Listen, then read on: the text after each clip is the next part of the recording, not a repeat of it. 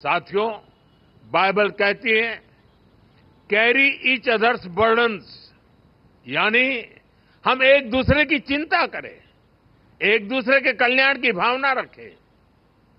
इसी सोच के साथ हमारे संस्थान और संगठन समाज सेवा में एक बहुत बड़ी भूमिका निभाते हैं।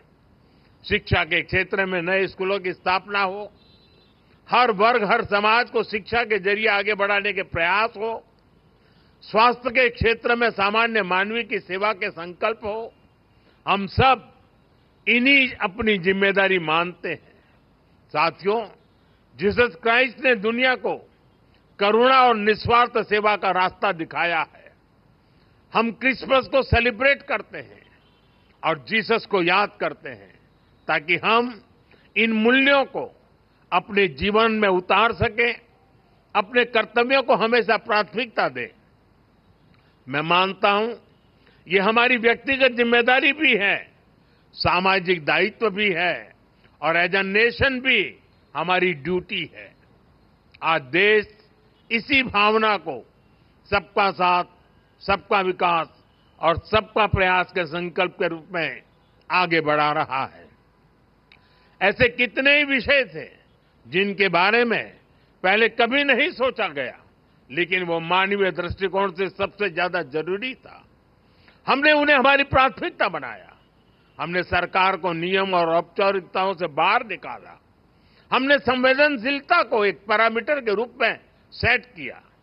हर गरीब को पक्का घर मिले, हर गांव में बिजली पहुंचे, लोगों के जीवन से अंधेरा दूर हो, लोगों को पीने के लिए साफ पानी मिले, पैसे के अभाव में कोई इलाज से वंचित न रहे। हमने एक ऐसी संवेदनशील व्यवस्था बनाई जो इस तरह की सर्विस की, इस तरह की गवर्नेंस की गारंटी दे सके। आप कल्पना कर सकते हैं, जब एक गरीब परिवार को ये गारंटी मिलती है तो उसके ऊपर से कितनी बड़ी चिंता का बोझ उतरता है।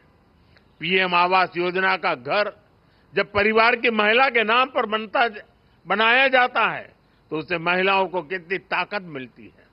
हमने तो महिलाओं के सशक्तिकरण के लिए नारी शक्ति वंदन अधिनियम लाकर संसद में भी उनकी ज्यादा भागीदारी सुनिश्चित की है।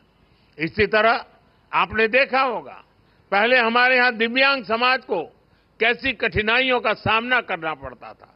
उन्हें ऐसे नाम से बुलाया जाता था जो हर तरह से मानवीय गरिमा के खिलाफ था। ये एक समाज के रूप में हमारे लिए अफसोस की बात थी। हमारी सरकार ने उस गलती को सुधारा। हमने उन्हें दिव्यांग ये पहचान देकर के सम्मान का भाव प्रकट किया। आज देश पब्लिक इंफ्रास्ट्रक्चर से लेकर रोजगार तक हर क्षेत्र में दिव्यांगों को प्राथमिकता दे रहा है। साथियों, सरकार में संवेदनशीलता देश के आर्थिक विकास के लिए भी उतनी ही जरूरी होती है। जैसे कि हमारे देश में करीब 3 करोड़ फिशरमैन हैं और फिश फार्मर्स हैं, लेकिन इन करोड़ों लोगों के बारे में पहले कभी उस तरह से नहीं सोचा गया। हमने फिशरीज के लिए अलग मिनिस्ट्री बनाई, मछली पालकों को किसान क्रेडिट कार्ड जैसी सुविधाएं देना शुरू किया। हमने मत्स्य संपदा योजना शुरू की। समंदर में मछली पालकों की सुरक्षा के लिए कई आधुनिक प्रयास किए गए। इन प्रयासों से करोड़ों लोगों का जीवन भी बदला और देश की अर्थव्यवस्था को भी बल मिला।